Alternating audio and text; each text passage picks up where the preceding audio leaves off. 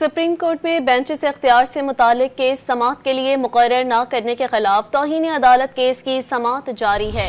Additional registrar नज़र अब्बास अदालत के सामने पेश हो गए। जस्टिस मंसूर ने इस्तफसार किया कि आपने कॉज लिस्ट से केस को क्यों हटाया। सुप्रीम कोर्ट में बेंच से इख्तियार से मुतालिक केस समाअत के लिए मुकर्रर न करने के खिलाफ तौहीन अदालत केस की समाअत जारी है। इस हवाले से मज़ीद तफसीलात जानने के डॉन न्यूज़ के नुमाइंदे उमर बर्नी लाइन पर मौजूद हैं। उमर बर्नी, इस केस के हवाले से मज़ीद क्या तफसीलात हैं, आगाह कीजिएगा। जी बिल्कुल, सुप्रीम कोर्ट के जस्टिस मंसूर अली शाह और जस्टिस अकील अब्बासी पर मुश्तमिल बेंच जो है वो बेंचेस इख्तियार से मुतल्लिक केस की समाअत के लिए मुकर्रर न करने के खिलाफ तौहीन अदालत केस की समाअत कर रहा है। दौरान समाअत अटॉर्नी जनरल मंसूर उस्मान ऐवान अदालत में पेश हुए हैं। इसके अलावा एडिशनल रजिस्ट्रार नजर अब्बास जिनके खिलाफ तौहीन अदालत की कार्रवाई की जा रही थी वो भी अदालत में जो है वो पेश हुए हैं। अदालत ने एडिशनल रजिस्ट्रार को तहरीरी जवाब जो है वो जमा करवाने की हिदायत की है।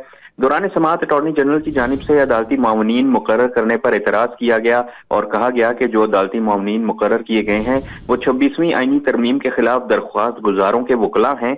अदालत ने मजीद 2 अदालती मावन मुकर्रर कर दिए। ख्वाजा हारिस और एहसन भून को भी जो है वो अदालती मावन मुकर्रर कर दिया गया। जस्टिस मंसूर अली शाह की जानिब से रिमार्क्स दिए गए कि क्या रेगुलर बेंच सुन रहा था, क्या कमेटी उसे शिफ्ट कर सकती है। ये केस आर्टिकल 191A का है। कुछ केसेस टैक्सेस से भी मुतल्लिक थे।